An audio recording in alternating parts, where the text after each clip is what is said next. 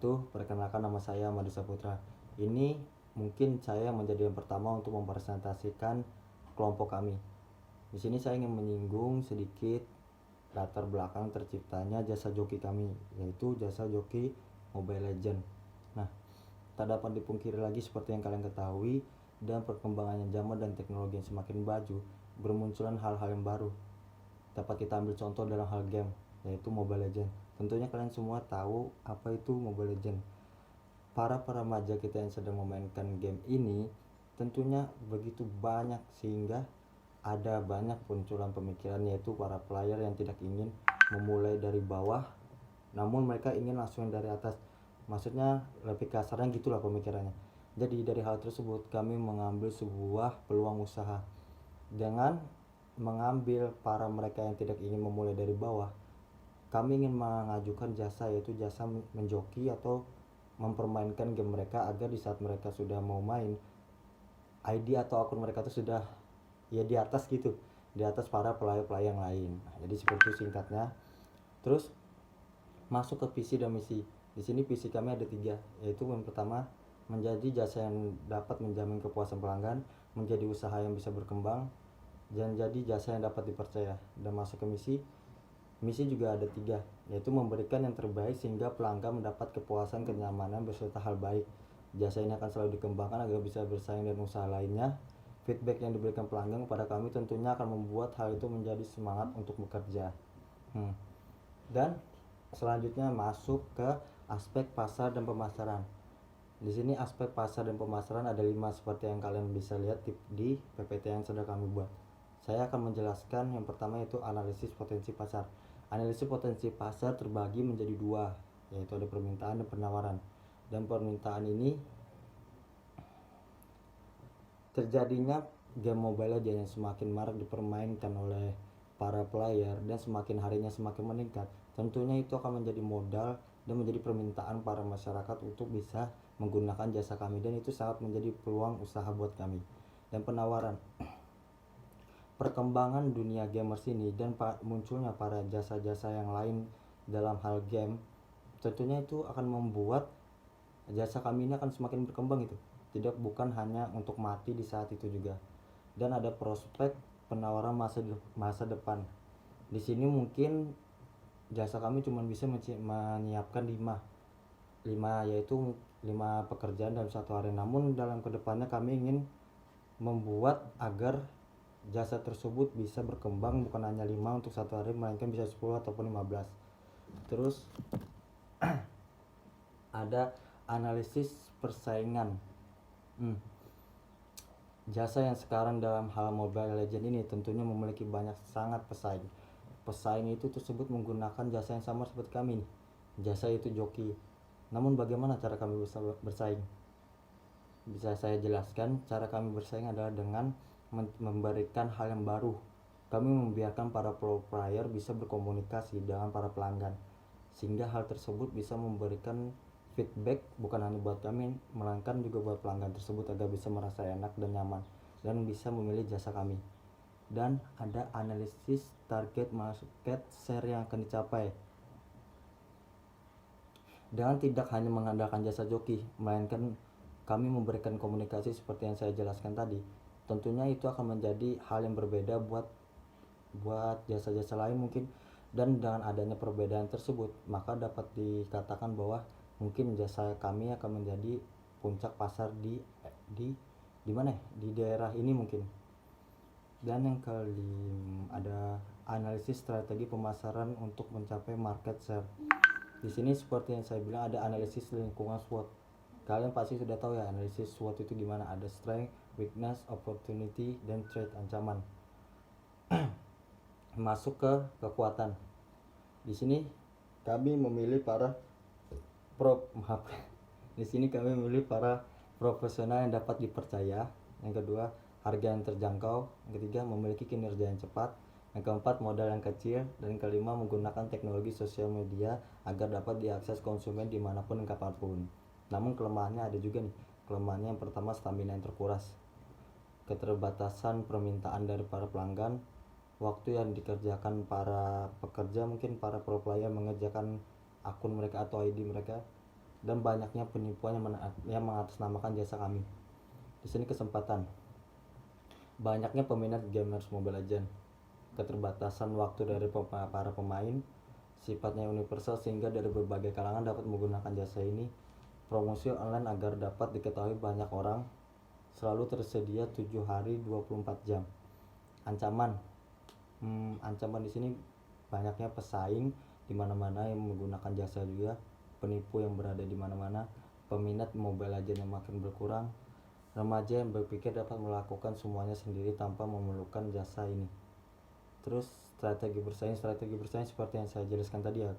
Dalam cara kami bersaing, kami merekrut para profesional player yang mungkin dikenal oleh para pemain Mobile Legends, sehingga itu akan membuat mereka semakin berminat untuk bagaimana sih caranya biar kami bisa bertemu pro player tersebut. Yang kedua, ada segmentasi, targeting, dan positioning. Di sini segmentasi kami caranya yaitu dengan membagikan ke tingkat tier. Tier itu seperti tingkatan yang ada di Mobile Legends. Jadi semakin sulit tingkatannya akan semakin naik harganya. Targeting.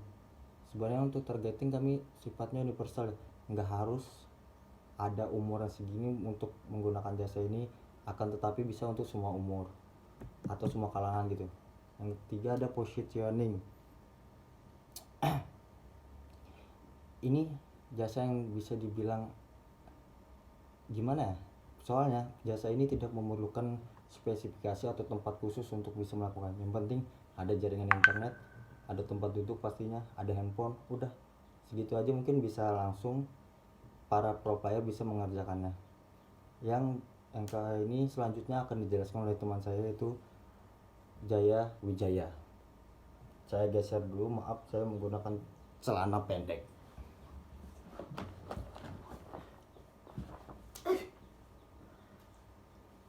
Ya, assalamualaikum warahmatullahi wabarakatuh. Perkenalkan, nama saya Wijaya Sudaryanto, NIM 5170115. Ya, saya akan melanjutkan dalam aspek pemasaran yang kini masuk dalam bauran pemasaran. Ya, yang pertama ada bauran pemasaran itu ada yang price, terus faktor jasa, promosi, place atau tempat, faktor karyawan, dan faktor proses. Yang pertama ada faktor price. Dalam faktor price ini adalah harga. Jadi harga yang kami tetapkan adalah sesuai dari target yang kita pilih, yaitu target kalangan anak muda, yaitu dari 10.000 mencapai 35.000. Jadi untuk tergantung golongan atau tingkatan yang kita pilih, yang mereka pilih. Terus yang kedua ada faktor jasa. Karena target ditinjau adalah kalangan anak muda, maka kami memberikan feedback yang akan didiskusikan kepada anak muda. Jadi nanti menyesuaikan kepada konsumen ketika mereka mau melakukan pemesanan. Terus yang ketiga ada promosi. Jadi untuk promosi yang kita buat, yaitu kita tidak hanya menggunakan media cetak, tapi kita juga menggunakan media online, sehingga kabar-kabar tentang gimana perusahaan kita atau usaha kita ini bisa menyebar luas ke kalangan anak muda. Terus yang ketiga ada faktor tempat. Ya, kita untuk faktor tempat ini kita memilih tempat yang sangat strategis, yang tentunya juga menyesuaikan di mana target-target pasar seperti anak muda itu banyak di situ. Dan ketiga, empat ada faktor karyawan.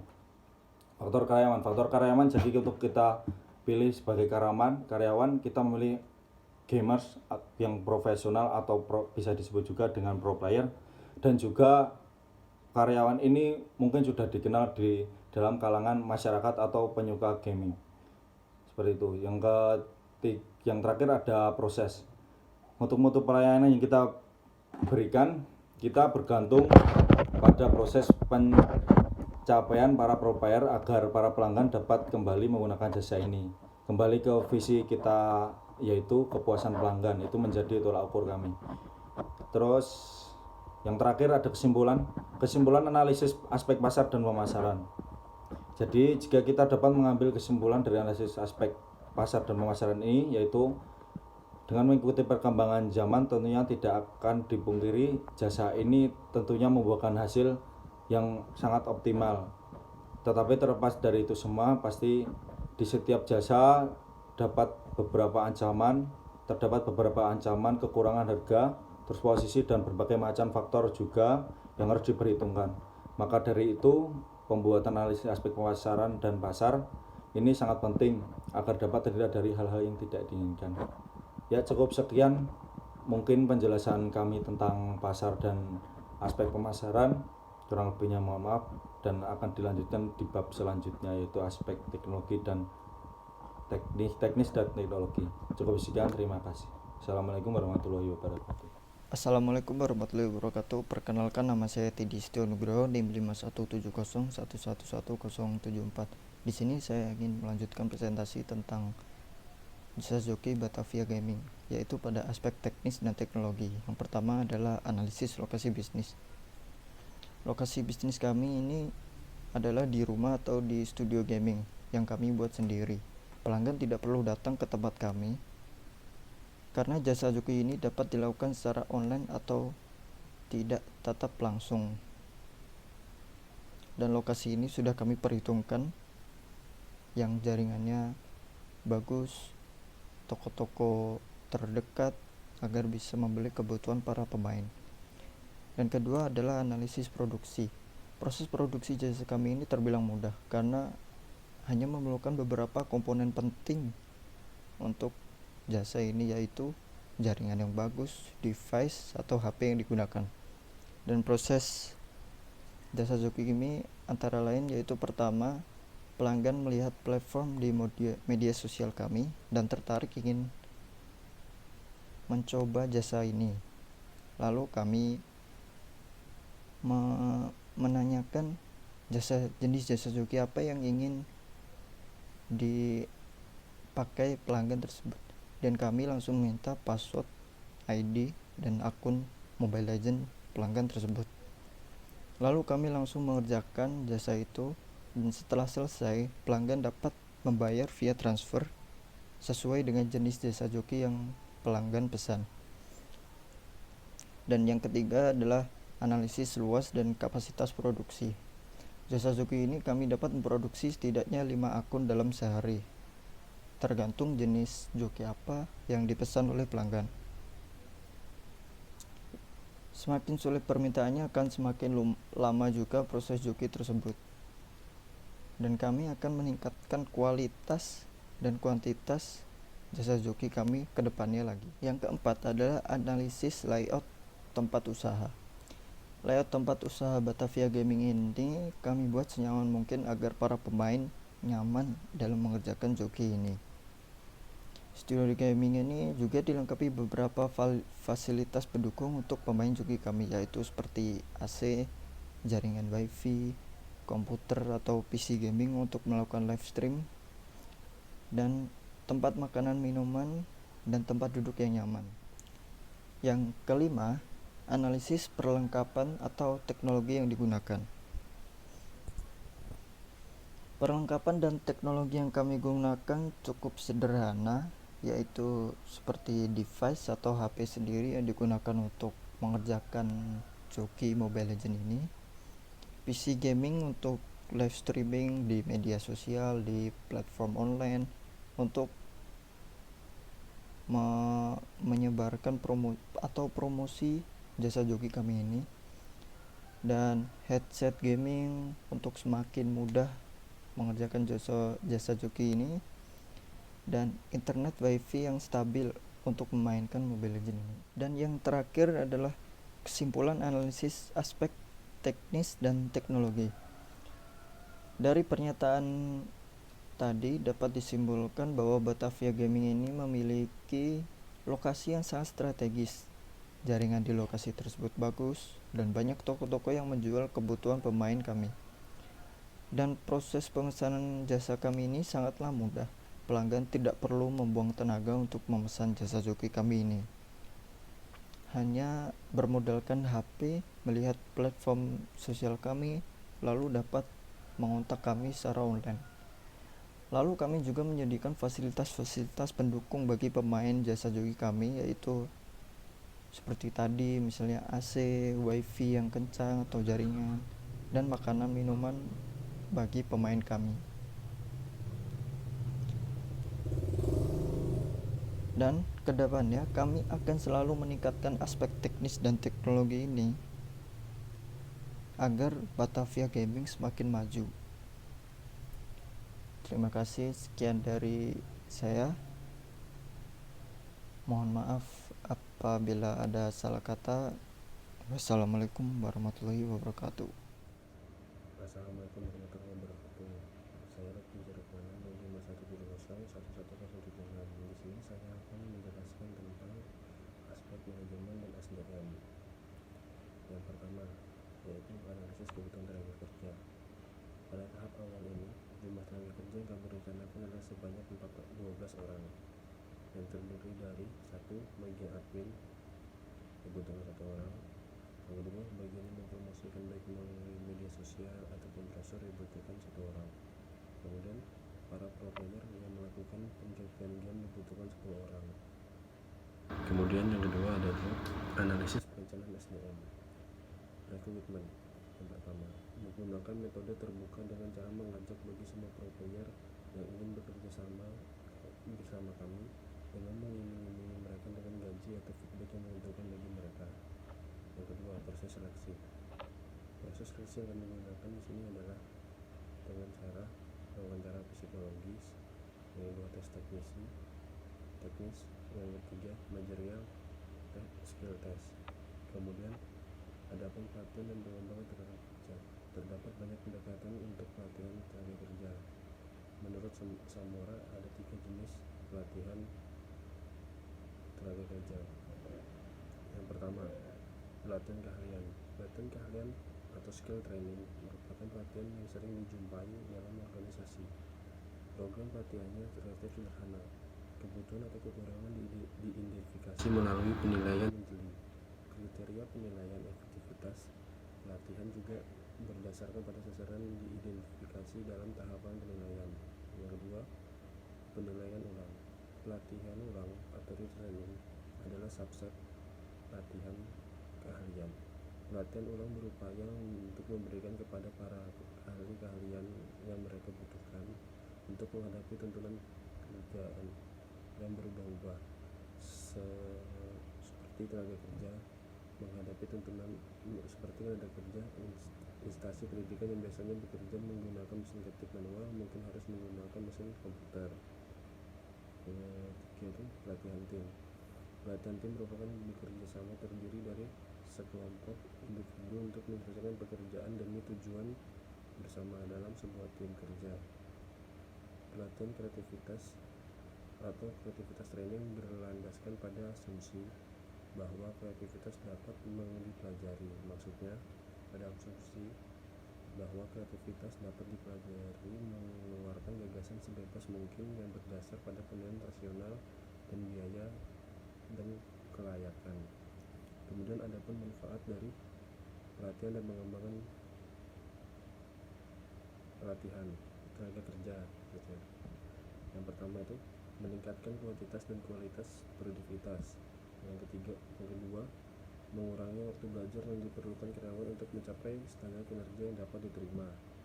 Kemudian memenuhi kebutuhan perencanaan sumber daya manusia, mengurangi frekuensi dan biaya kecelakaan kerja, membantu karyawan dalam meningkatkan pengembangan pribadi mereka.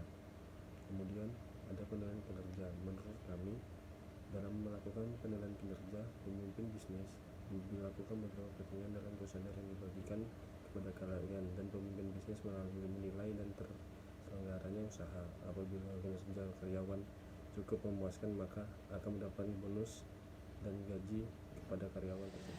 Saya akan menjelaskan tentang aspek hukum.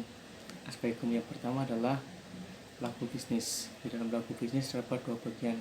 Yang pertama adalah bentuk usaha. Bentuk usaha di sini adalah kita sebagai pendiri Batavia Gaming memberikan pelayanan berupa jasa game Mobile Legends untuk para penggunanya. Yang kedua adalah identitas pengelola usaha. Dalam hal ini, kita sebagai pendiri Batavia Gaming memberikan kontak resmi guna untuk pertanggungjawaban atas jasa yang kami berikan. Bisa melalui WA, Instagram, Gmail, Facebook, Twitter, dan lain sebagainya. Aspek hukum yang kedua adalah perizinan dan izin lainnya. Dalam hal ini, karena kita bergerak dalam bidang jasa dan bersifat universal, tentunya tidak perlu ada izin khusus dari pihak manapun, dan itu semua kembali kepada kepercayaan diri masing-masing pelanggan. Aspek hukum yang ketiga adalah dukungan pemerintah dan masyarakat setempat. Tentunya dukungan dari jasa yang kami berikan akan kembali kepada para pelanggan yang memberikan feedback pada kami. Jadi kesimpulan analisis aspek hukum adalah karena bergerak di bidang jasa, joki Mobile Legends, tentunya tidak perlu ada yang pengizinan yang bersifat spesifik mengenai hukum yang ada. Akan tetapi harus adanya persetujuan dari kedua belah pihak mengenai pertukaran akun sehingga menghindari mungkin pencurian akun. Tidak sampainya tujuan, beberapa sistem yang diganti terjadinya kesalahan komunikasi. Di sini saya akan menyampaikan tentang aspek lingkungan, sosial, ekonomi, dan politik. Yang pertama adalah analisis aspek sosial. Mungkin dalam hal ini meminta persetujuan dari masyarakat daerah mengenai aktivitas yang dilakukan selama pengerjaan jasa joki Mobile Legends ini. Selebihnya tidak akan memberikan dampak negatif mengenai apapun itu. Dan yang kedua adalah analisis aspek politik. Untuk aspek ini, hal yang menjadi pertimbangan yang besar bagi politik adalah kasus di mana penipuan yang sering terjadi mengatasnamakan pihak jasa kami. Maka dari itu dibutuhkan penjelasan dari dan konfirmasi yang cukup dari pihak berwajib untuk para pelanggan dapat mengenali akun atau situs yang resmi dari kami. Untuk usaha jasa kami sepertinya tidak terlalu berpengaruh terhadap bisnis ini. Dan yang terakhir adalah kesimpulan aspek lingkungan, sosial, ekonomi, dan politik. Dari pernyataan yang saya sebutkan tadi, bahwa jasa ini tidak terlalu berdampak untuk lingkungan, sosial, dan politik. Namun tidak menutup kemungkinan bahwa adanya penyebab masalah dalam menjalankan bisnisnya. Yang dibutuhkan adalah smart people untuk lebih memastikan hal yang dapat merugikan mereka atau tidak. Demikian penjelasan dari saya. Terima kasih. Assalamualaikum warahmatullahi wabarakatuh. Kembali lagi dengan saya, dan saya akan menjelaskan lagi, tapi untuk kali ini saya akan menjelaskan tentang aspek keuangan. Ya, sebelumnya mungkin teman-teman bagi yang mau menyimak keuangan kami bisa dilihat dari PPT kita yang udah kita kirim. Ya, langsung aja masuk ke analisis kebutuhan investasi. Ya, di sini untuk yang kami investasi untuk pertama itu ada peralatan yaitu berupa kayak peralatan yang buat kebutuhan operasional sebesar 12.500.000, dan di sini bisa saya rinci peralatan ini berupa HP yaitu modal awal kita. Terus analisis kebutuhan modal kerja yang kedua yaitu ada peralatan kantor sebesar 10 juta, perlengkapan kantor sebesar 5 juta, terus kas juga. Jadi untuk peralatan kantor ini ya mencakup komputer, terus HP, terus fasilitas lainnya yang digunakan untuk gaming. Terus yang kedua ada perlengkapan kantor 5 juta, ini mencakup seperti perlengkapan meja, kursi, dan sebagainya. Dan masih ada sisa juga modal kerja 35 juta, kas 35 juta. Dan untuk selanjutnya ada yaitu analisis biaya praoperasional, yaitu ini yang sudah kami persiapkan sebelum operasi berjalan, kita ada biaya praoperasional, dan ini untuk digunakan pada saat operasional itu berjalan, yaitu berupa sewa bangunan itu untuk bangunan kita menyewa sebesar 15 juta untuk per tahunnya. Jadi ini untuk biaya dalam 1 tahun pertama. Yang kedua ada biaya listrik dan air. Untuk harga per unitnya 150 itu listrik dan air, dan totalnya selama 1 tahun itu 1.800.000. Terus untuk biaya iklan untuk iklan pertama untuk menarik pelanggang, yang pertama untuk biasanya per bulan itu 200, dan 1 tahun itu mencapai 2.400.000. Untuk biaya lain-lain seperti kebutuhan kecil yang mungkin dibutuhkan oleh karyawan, dan itu per bulan bisa mencapai 300, dan untuk 1 tahun itu sebesar 3.600.000, jadi totalnya 22.800, dan itu nanti dikurangkan dari kas nanti digunakan sebagai ini, dan nanti kasnya mendapat sisa. Terus yang selanjutnya adalah analisis struktur permodalan. Jadi untuk permodalan kita mempunyai modal pertama yaitu 50 juta, dan kemudian itu digunakan untuk operasional terus dan kebutuhan lainnya, dan 50 juta itu diperoleh dari iuran para pendiri usaha ini. Terus yang selanjutnya ini proyeksi laba rugi. Dan proyeksi laba rugi kita mengestimasikan untuk tahun pertama sekitar pesanan itu untuk tahun pertama 1.300, yaitu dalam jangka 1 tahun. Untuk perharinya kita bisa diukur dari waktunya, kita bisa mendapat pesanan itu mungkin 5 pesanan. Terus jadi diakumulasi dalam 1 tahun itu mencapai 1.300. Yang tahun kedua itu naik menjadi 7 pesanan 1 hari, 7 pesanan atau 7 orang pemesan, dan 1 tahunnya diakumulasi bisa mencapai 2.520. Yang ketiga itu mencapai 3.600, dan pendapatnya seperti yang tertera di PPT. Mungkin untuk tahun pertama pendapatannya 180 juta, terus untuk tahun kedua 252, untuk tahun ketiga itu 360 juta. Untuk biaya operasional seperti biaya sewa bangunan yang dipotong itu, terus biaya listrik, air, biaya iklan, terus gaji karyawan untuk 1 tahun itu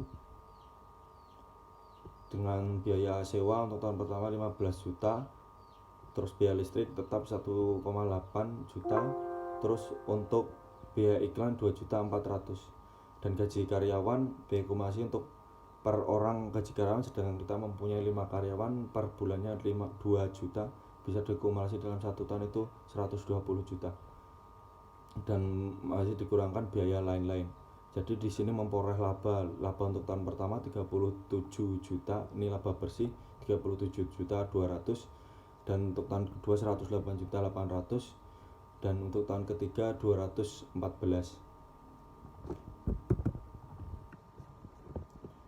Lagi kemudian untuk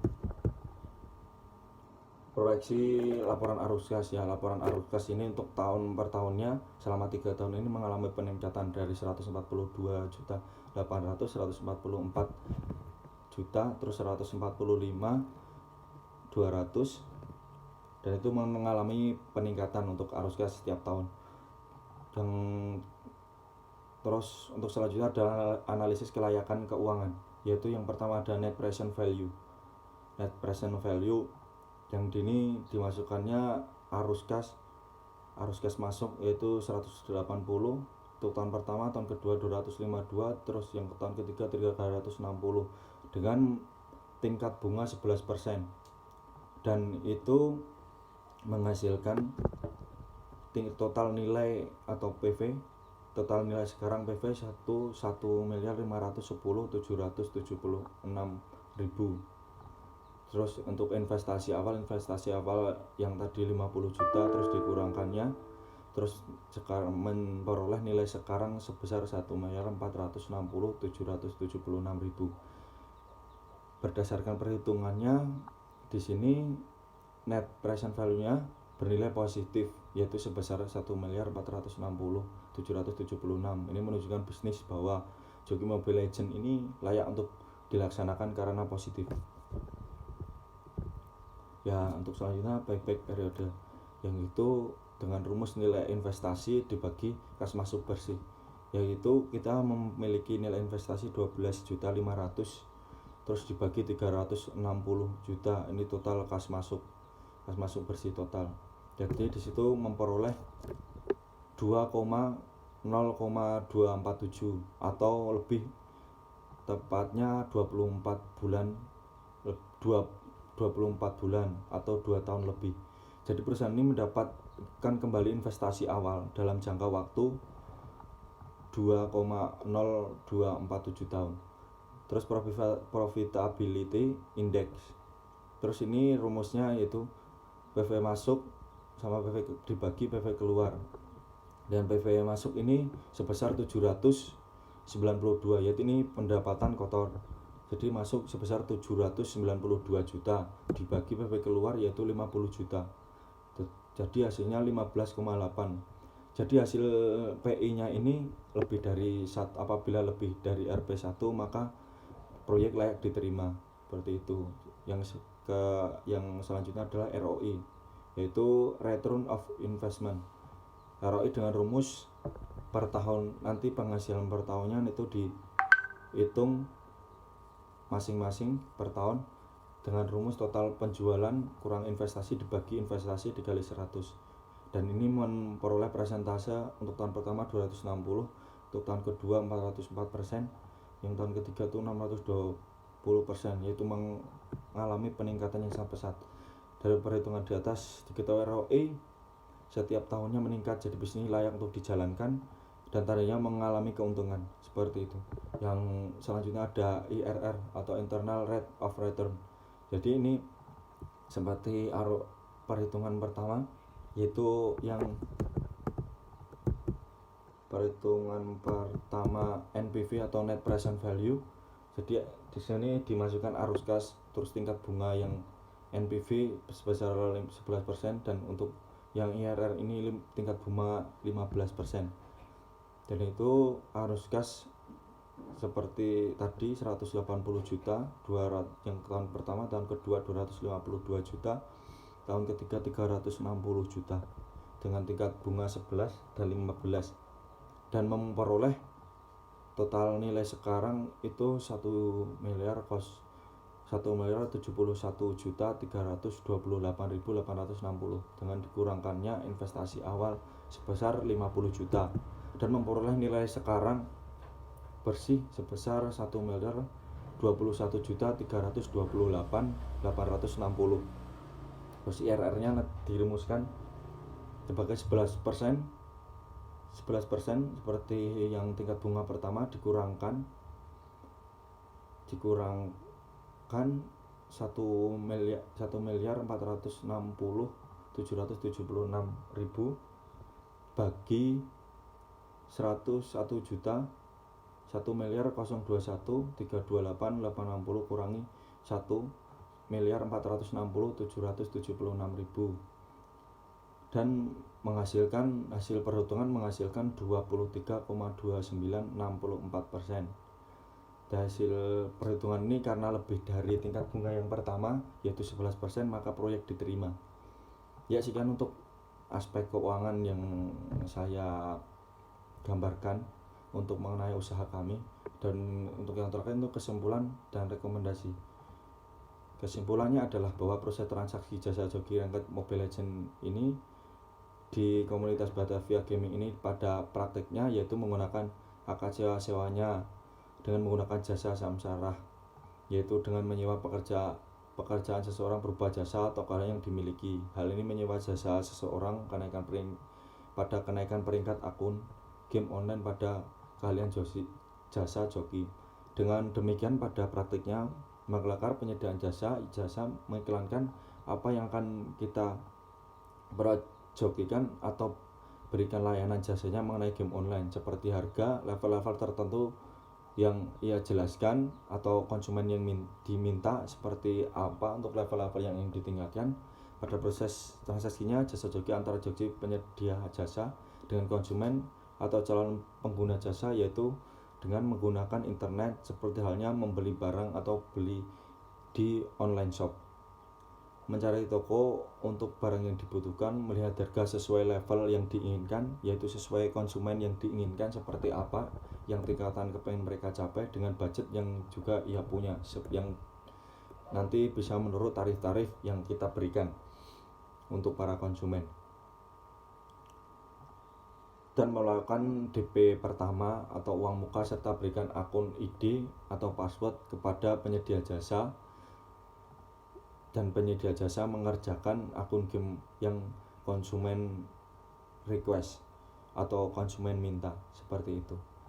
Ya, jadi kesimpulannya untuk usaha kita seperti itu kurang lebihnya, dan saya cukupkan sekian. Mungkin ada kurangnya atau lebihnya kami mohon maaf. Wabillahi taufiq wal hidayah. Assalamualaikum warahmatullahi wabarakatuh. Terima kasih atas perhatiannya teman-teman. Terima kasih. Jadi kesimpulannya adalah bahwa proses transaksi jasa joki rangkaian game online Mobile Legends di komunitas Butterfly Gaming ini pada praktiknya yaitu menggunakan akad sewa menyewa dengan menggunakan jasa samsara, yaitu dengan menyewa pekerjaan seseorang berupa jasa atau kalian yang dimiliki. Hal ini yaitu menyewa jasa seseorang pada kenaikan peringkat akun game online pada kalian jasa joki. Dengan demikian, pada praktiknya maka penyedia jasa mengiklankan apa yang akan ia perjokikan atau berikan layanan jasanya mengenai game online, seperti harga pada level-level tertentu yang ia jelaskan. Pada prosesnya, transaksi jasa joki antar joki penyedia dengan konsumen atau calon pengguna jasa yaitu menggunakan internet, seperti halnya membeli barang atau belanja online pada online shop, mencari toko untuk barang yang ia butuhkan, melihat harga sesuai level yang diinginkan dengan budget yang ia punya, memesan pada joki atau penyedia jasa, sepakat untuk melakukan pembayaran DP atau uang muka, serta memberikan akun ID dan password kepada penyedia jasa. Penyedia jasa mengerjakan, lalu penyedia jasa mengecek identitas dan konfirmasi pembayaran konsumen, proses pengerjaan akun game online atau proses pengerjaan joki, lalu pengembalian atau penyerahan ID dan password. Setelah itu bisa dikatakan selesai. Cukup sekian presentasi yang dapat saya sampaikan, kurang lebihnya saya mohon maaf. Wassalamualaikum warahmatullahi wabarakatuh.